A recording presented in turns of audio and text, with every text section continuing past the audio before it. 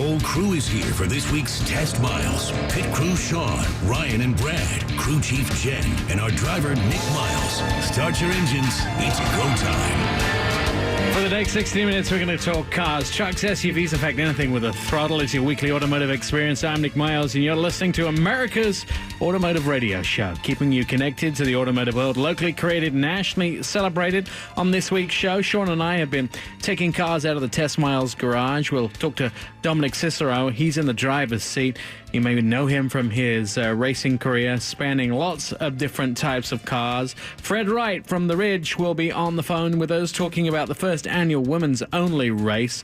Let's talk about rims and how you can make your car personalized. Pat from Wheelcraft will be here to explain what he's done to my Mini and talk about the possibility of what he can do to your car. Also got a couple of other projects that we want to talk to him about. And, of course, Ryan has been testing automotive products. So all that coming up in the show this morning. Sean, you have been in a very dynamic, exciting, fast, speedy, sexy car. If you can only drive 97 miles. Okay. But yes, that's how far you can drive it. I was actually driving the Kia Soul EV Plus.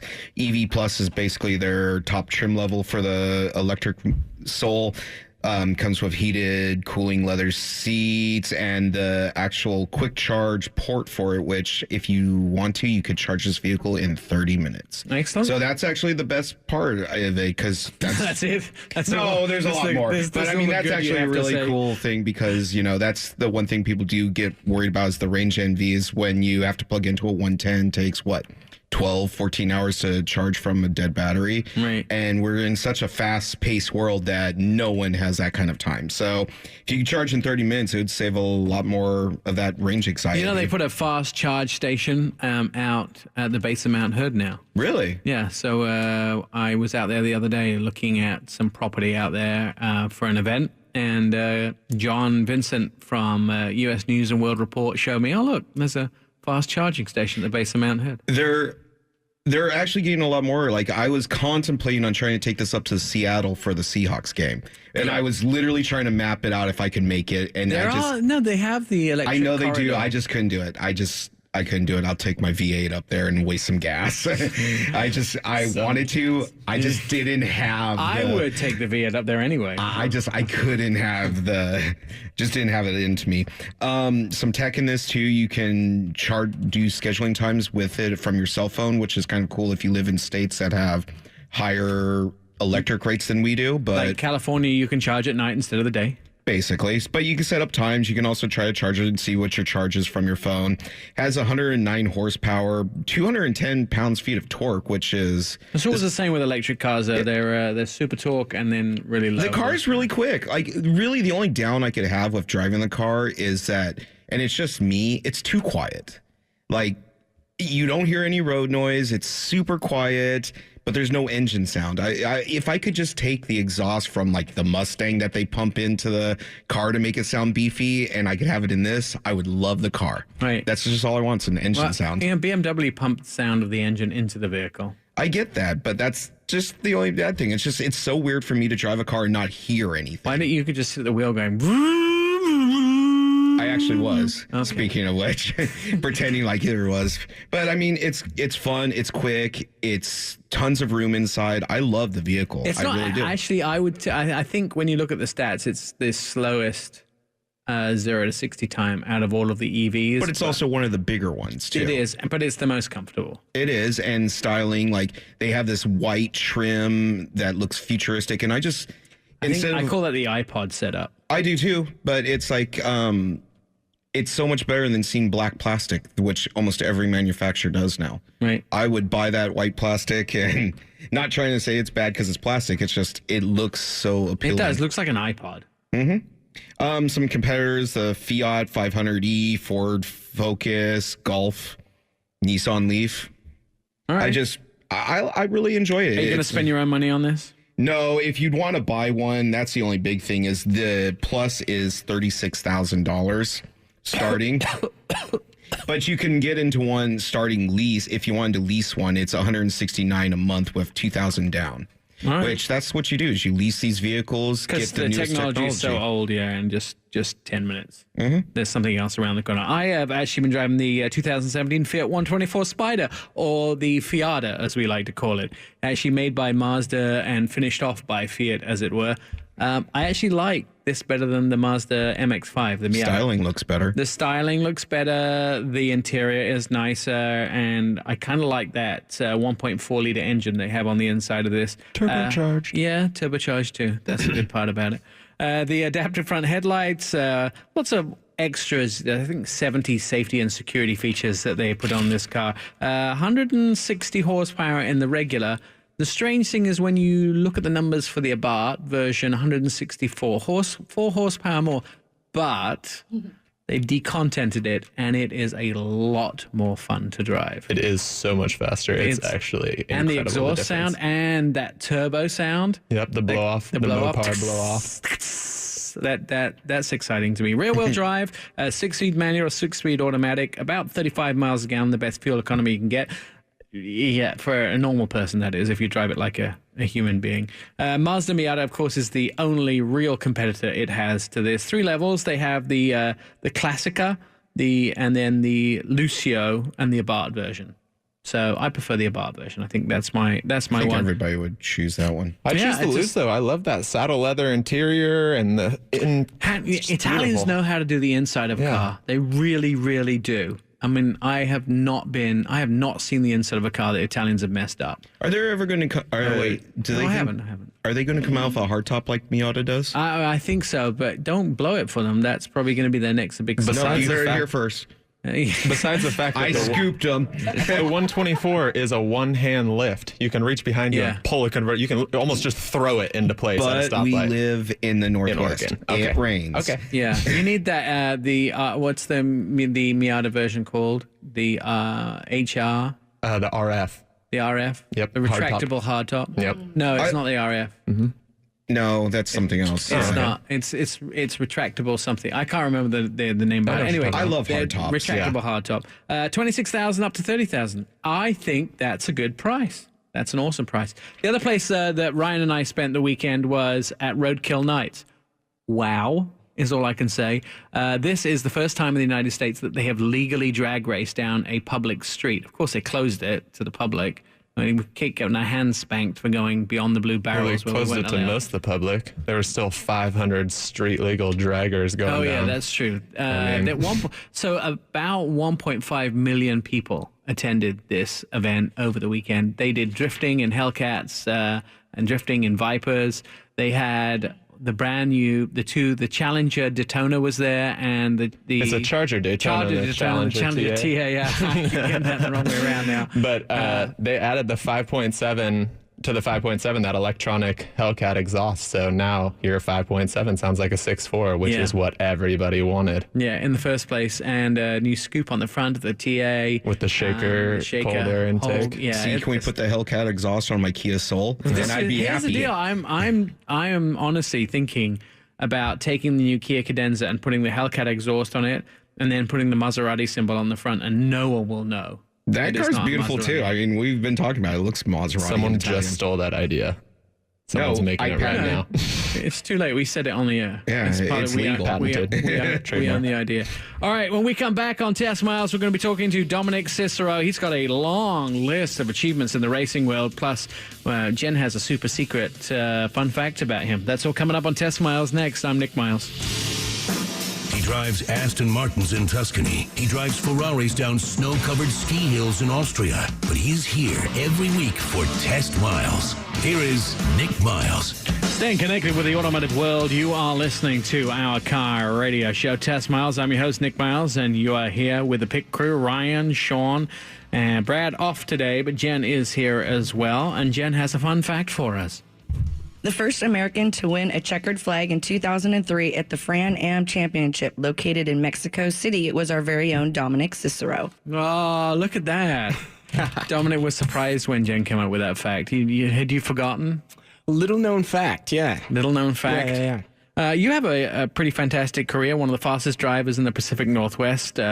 And I think your career has spanned a long time. You've done an awful lot. You started off, it was your dad that kind of pushed you into the racing field? Yeah, I saw pictures of him before I was, him racing before I was born. And then it was kind of always my deal. And when I was 8 years old, he took me out. We bought a go-kart, and the rest is history. You won your first national championship at 14? Yep. Yeah. You I suck. think it was good times. So I had such a good time in karting. It was like I've never racing, won right? anything, and I'm way older than 14. We should get you on the You always go-kart start circuit. somewhere, you know? Right. All right. So you've also driven some Formula One stuff too.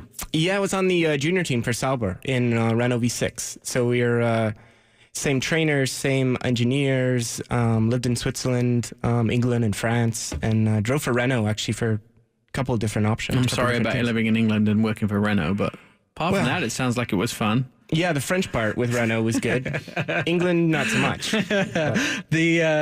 So now you're basically you're still doing some racing, right? Yeah. We're working on some continental things and some tutor programs, so we'll see how that all comes together. It's pretty political right now, all that stuff, so a little frustrated with that, but... Well, like the F1 Bernie thing. No, with this, I wish at that level. No, in the sports car world, there's just so much politics right now and so much money. You know, talking to teams, it's more about Building literally- a wall, that sort of thing. Literally, yeah, kind of. They ask you how much money you have before even looking at your resume. So it's Really? frustrating. Yeah. That's annoying. Because if you're a good driver, you just get kind of kicked out of the team because you're not rich enough. Yeah, you That's want not you fair. to bring a wealthy guy with you. Just That's kind kind of- of the deal. Oh, all right.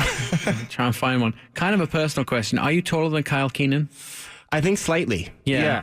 He's still That- probably growing though, so he might. No, he's pretty No, much. no. He's I just want to make sure that all the race car drivers we have in here are taller than him. It's not really that hard, but I like to know that we're all taller than Kyle. It makes me feel better about myself. Good call. Wait. I'm just waiting for the Twitter to start with him because he's usually listening, and it takes about 10 seconds for him to start. His thumbs are firing up. Yeah, right now. Oh, yeah, he's shaking. He's It takes a minute furious to right now. reach up to get the phone. Yes, that's right. He has tiny fingers. He doesn't hit two keys at one time. By the way, if you're on Twitter or Periscope, we're streaming the show completely live, so you can listen and watch as well if you happen to be out there. Well, it doesn't make much sense. You're probably listening already. If you, You need to be listening and watching. yeah, I should just be quiet at this point now and carry on. You're doing some stuff for Bentley too. Yeah, quite a bit of manufacturer work right now, and some film work. But yeah, Bentley I've been working with the last month or so, kind of leading up to Pebble. So they're doing a big event in Pebble right now, but we were at Menlo, which is a big horse festival they had there, and a couple other events, wine charities and things. And so you're doing some driving demonstrations. You're getting to take sort of $250,000 Bentleys and drift them through curves. A little bit of that, a lot of like product specialist stuff, which is kind of where that industry is kind of leaning towards for the most part. But still pays the bills, and it's fun to hang out in a nice car. You get your back massaged while you're doing a test drive. That's what I like. The interesting thing is, as opposed to Rolls-Royce, who are just pure luxury, Bentley sort of have this motorsports thing that they're doing as well, too. So you probably get to have more fun than if you were driving a Rolls-Royce, right? Definitely. Yeah, some of the events are totally based on motorsports. We were just at Lime Rock, giving rides in the GT3s and having all their pro drivers out from around I've the raced world. Lime Rock. Really? Nicely done. Fun track. Did kind it of. Go well? No? I was in a mini JCW. It was fun. I mean, we had a good time. That's a fun track. Really good rhythm you get in there. It is a fun track. There are a lot of tracks that have a reputation around the country for being really good and are just not that great. I could name one that happens to be very close to Pebble. It has an amazing corkscrew, but that's about it. I mean, the rest of I drifted an M2 around there. That was kind of fun for the whole thing. Everyone else is going, oh, we're going to make a video about driving the new drifted a M2. Lotus there. Yeah, we did Lotus. I've done Subaru STI through that too. So, but the course is okay. It's kind of beat up. It's been around since the 60s, and you get to the edges of the course, and it's not quite as solid as you hope. And especially after I drifted that M2 around there, it's not quite as solid as you'd expect. So, what movies and TV stuff have you been working on? Some commercials. There's a car commercial next week with a German company that I can't announce, but mostly like Grimm and a little bit of librarians, and car commercials this time of year. Portland's blowing up right now for that. So. We seem to be the place for car commercials. I mean, I know Sparky does an awful lot of Toyota and stuff here. They film an awful lot of their commercials here. And it's kind of funny. I think it was the Chrysler 200 or 300. I was watching the commercial, and it was all about, domestic, not domesticated, or no, that's Dodge. But it was all about, from being Detroit and homemade and home built. And then there's Don McKinnon Sue commercial one. The one where, well, I can't even say his name right now. The funny thing is, you see it driving across the Hawthorne Bridge. Right. It's all about how Detroit the car is, and then there's pictures of it driving across the Hawthorne Bridge. I think that looks pretty cool. Totally. Well, Oregon's so unique with all the different climates, right? You can get mountain shots, desert, city, beach. I see a lot of the Dodge Challenger footage that comes out from FCA that's filmed up in the gorge. Mm-hmm. A lot of shots on the gorge and on the beach. I did a lot of Dodge stuff actually for the Man of Steel, and a couple of the Ram truck commercials and things were all shot around there. Yeah, gorgeous. Their whole thing was this roadkill nights. It was just pretty amazing. It was so funny. We got on the plane yesterday, so they had a VW bus that had been made into a truck. So I guess it was like the old sort of VW bus with the back end, and it had nitrous in it and stuff. It wasn't made into a truck. It was actually made into a dragster. It had wet nitrous, and it had a 454. Right, but it wasn't the bar. bus. It had been cut down, so you just had the cabin. It was basically a VW truck bus. Yeah, truck bus, and then it was made into a drag with nitrous and stuff. So we posted that yesterday on Instagram, and it was getting about 300 hits an hour. Which was kind of funny. Just people went crazy over it too. So that was a lot of fun. All right, so Jen's complaining because she's too short to drive a regular simulator, and she says you have a simulator for little people. So yeah, especially is that where Kyle trains, by the way? Does Kyle train up there? He could fit in there probably. Yeah, he is. Yeah. He could still touch the pedals. We'd have to scoot the seat up a bit, eh? Scoot the seat up. Some phone books. Yeah. If we can find a phone book, we'll put a phone book on a seat for Kyle. So you have a simulator up in your place that you train people on? I do. Yeah. I have kind of a really good one, and then there's a crazy one in Hillsborough I use for a lot of really technical coaching at Keith Mayer's place. Sim to Win, but the one at my house is definitely functional. It has the virtual reality and force feedback, and so it's better than Forza, right? 100% better than Forza. Is this Project Cars? Is that what it's played through? Ryan, you can run Project Cars, or I run iRacing. iRacing supported me for quite a while. All right. Well, can we come and play with it one day? I would love for you to have you guys over, yeah. Maybe you can get me around the track without hitting the wall. Dominic Cicero, where can we find out more about you? DominicCicero.com. All right. Kind of always updating that, and love to hear from you guys. That was easy. When we come back, we're going to talk about some ladies racing, and also we're going to talk about how we have been working with Wheelcraft to make my new Mini all spanking new and shiny with colored wheels. That's coming up on Test Miles. I'm Nick Miles. Throw it in neutral and coast in with testmiles.com. We'd like to thank you for being part of our show. Visit Test Miles' Facebook page. Watch me on Coin for the latest news about the automotive world and more fun facts. That's what Jen's here for. Helen Rother was the first woman to work in an automotive designer when she joined the interior styling staff at General Motors in Detroit in 1943. Brad remembers those days. So the Ridge Motorsports Park presents its first annual women's only track event. It happens August 29th, 7 a.m. till 5 p.m. in partnership with the Audi Club Northwest, Porsche Club of America, and the Northwest Region BMW CCA Puget Sound region. So it sounds like there's going to be a lot of fancy cars there. Joining us on the phone, Fred Wright from the Ridge. Fred, good morning to you. Thanks for joining us. So why did you decide to do a women's event? Well, it's really simple. We need more women in motorsports. All right, I can go with that. And and are they flocking to motorsports? Well, they're flocking to this event. We've had great response to the event. Fortunate to have some great women involved in the car club community, and they have rallied the troops. And we are one person away from being sold out. We will probably close out registration in the C group which is our novice group. We will have 30 brand new women track drivers at the Ridge on the 29th. And we're really excited about it because we set a mark and said that's what we wanted to do, and the response has been phenomenal. We're very excited. How much does it cost somebody to enter this race? It's it's not a race; it's a school. School, sorry. But it's a very special price for women, $279, and the event is titled "No Boys Allowed." How's that? Yeah. I like it. That means it's just for the girls. That's right. That's right. All right, so let's talk about what happens at the event. Classroom, on track, how does it go for the girls in the day?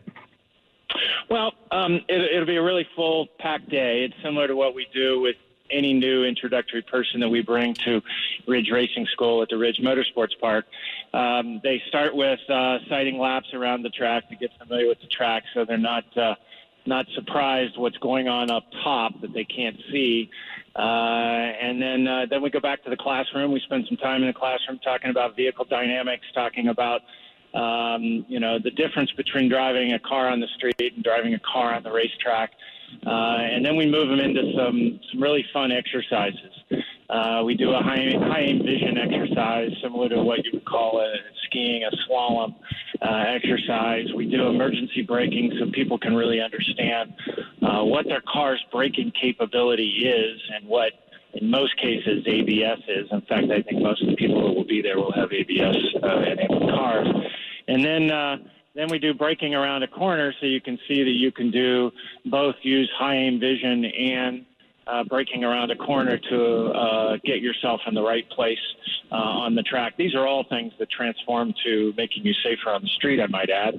And then the last thing we do, which is the most fun, is we spray water down on the asphalt and we do a skid pad. And the skid pad brings all of those skills together and sort of starts to cement the understanding of what understeer and oversteer is. And we hope to get them to spin so they can experience putting both feet in if they have a clutch in their car.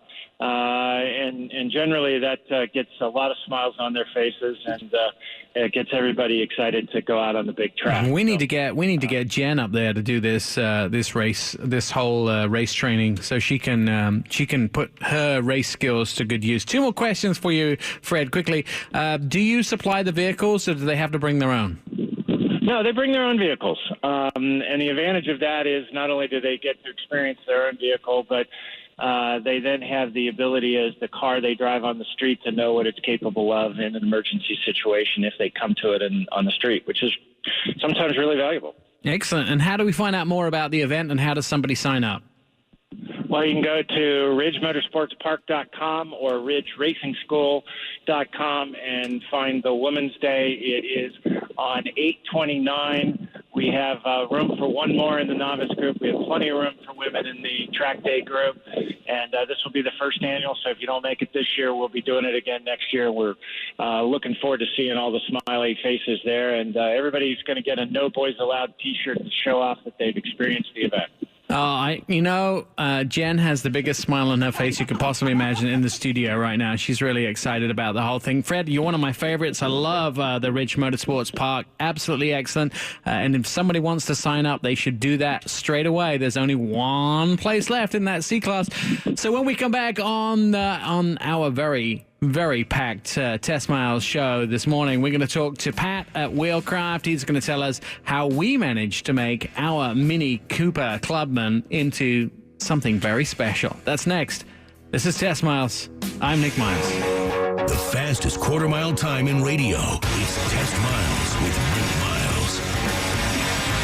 From the Test Miles studios, this is America's Car Radio Show. Thank you for being part of the Automotive Nation. And check out our stories in the Oregonian and also on YouTube, where we have some Roadkill Nights videos that were put up last night.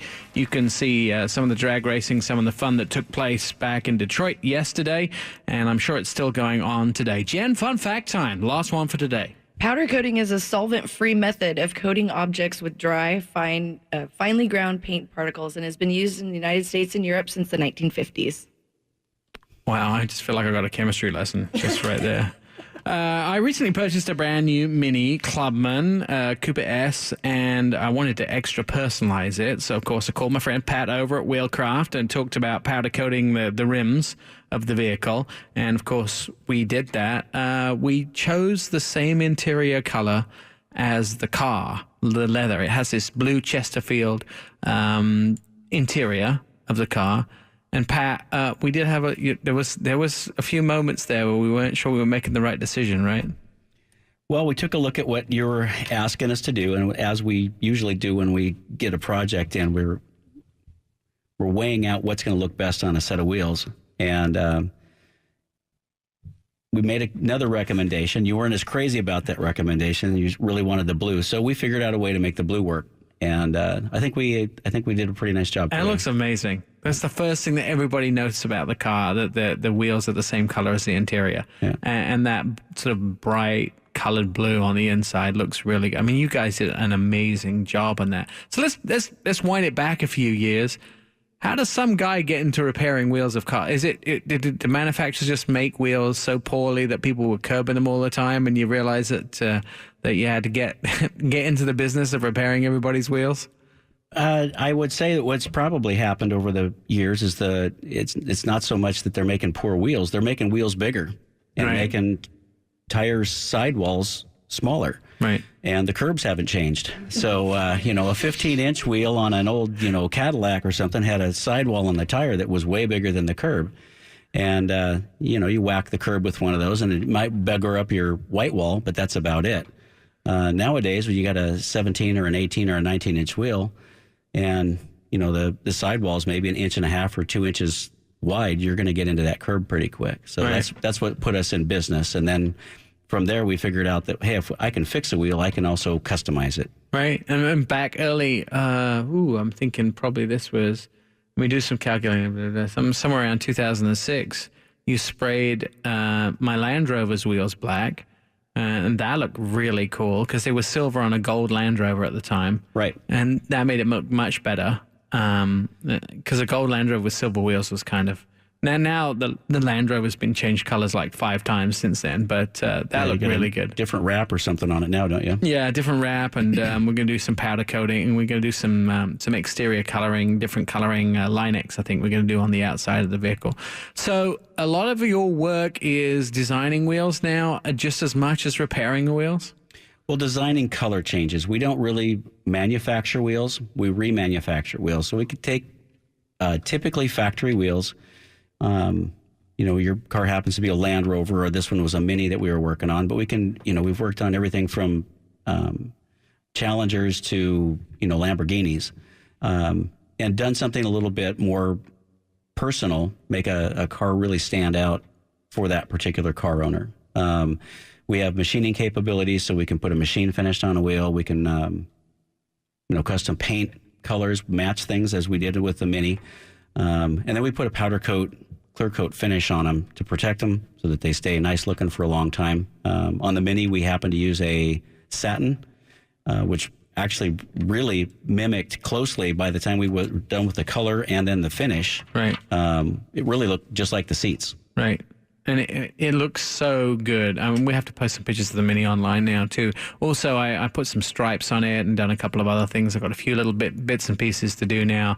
But I really enjoy doing the whole like, wheel thing because it really, really makes a car. And that's kind of a very cool idea. But you also put a red pinstripe, which was the same as the exterior color, sort of around the outside, right? The very edge of the Mini. Right. Well, we also found that the piping on your seats was the same color. So Right. it actually really worked out pretty well.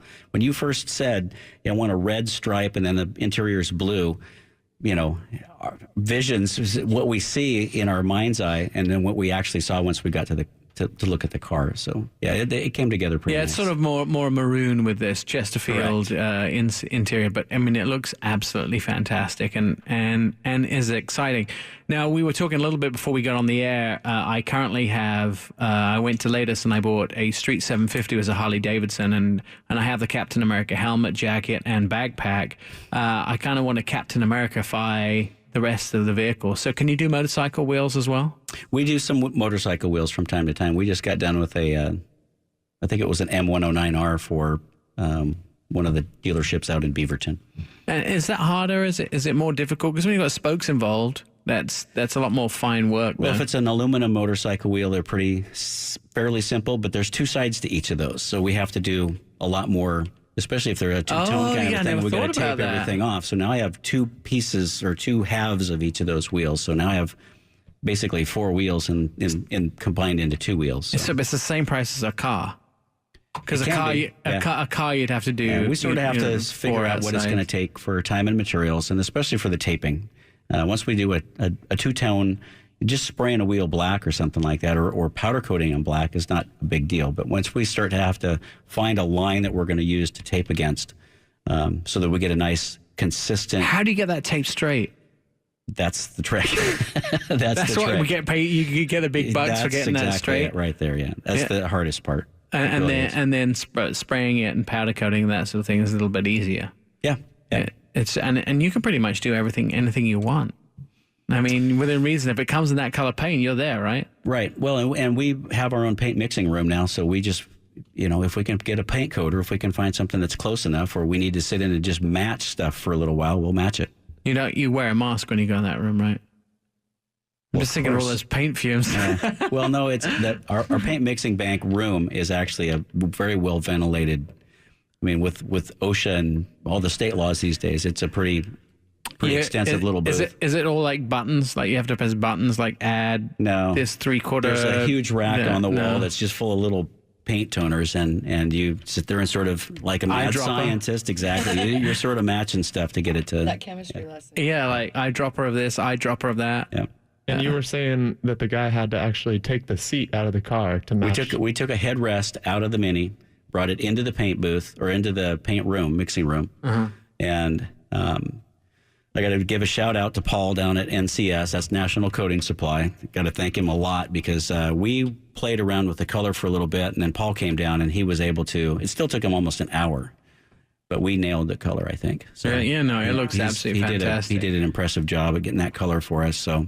Yeah, I have some pictures somewhere. I'll have to post them online so people can go have a look at it. We're going to do a TV segment of it as well, too. Yeah, Jen, post those pictures, will you, so people can see how fabulous the Mini wheels look. Yes, please. We're going to do a little TV segment about sprucing up your car and some things that you can do to them. Do people bring you wheels that are in like horrible condition and say, "Can you make my car look pretty?" We've seen some pretty awful stuff. One of the worst things that we have is that chrome has been a kind of a staple in sort of the car customizing world for a long time. And chromed aluminum wheels just don't hold up here well in the Northwest through the winters, through the ugly weather, through all the other things. And then especially with the materials that they use to de-ice the roadways, it actually starts to delaminate more quickly an chromed aluminum wheel than it would in, let's say you lived in Phoenix, Arizona. The wheels will hold up really nice down there, but not so much here. Yeah, but if you wrap a car in Phoenix, it's done within a year because of the sun. Oh, is it really? Yeah, you can't have it outside. We can wrap cars up here, but we can't have chrome wheels. Yeah. So we need to find a place in the country where we can win-win. You just, before we got started in the segment, you were talking to Sean, and Sean has that 2009 Vet Callaway, and he wants black chrome wheels on it, and he was scared it was going to cost him $5,000, but saying it can cost him less than $1,000 to send those out. And have we them black chrome. We're the Northwest representatives for one of the major black chrome or the chroming. So there's a new process called PVD chrome. It's physical vapor deposition. The chroming process basically takes place in a vacuum, and it's more like a powder coating process where the final finish is actually just a clear coat, a powder coated clear coat. This material holds up a lot better through the years and years and years that you may drive here in the Northwest because it's not more metal applied over the aluminum. That's where we end up with a delamination problem. This material doesn't delaminate like a traditional chroming or plating process would. So one of the options that they have at this particular manufacturer is they can put black chrome. That sounds great, and I think Sean's all ready to do that too. Pat, how can we find out more about Wheelcraft? www.wheelcraft.com. Wheelcraft, WHEELKRAFTNW.com. All right. If you want your car to look pretty, Pat's the guy to talk to. He can make your wheels, or your dubs, as Ryan would like to say, look really nice. We'll be back next week. We're here 24/7 at testmiles.com. Of course, Facebook, Twitter, and Snapchat, Instagram, everything else. We'll catch you next week. I'm Nick Miles.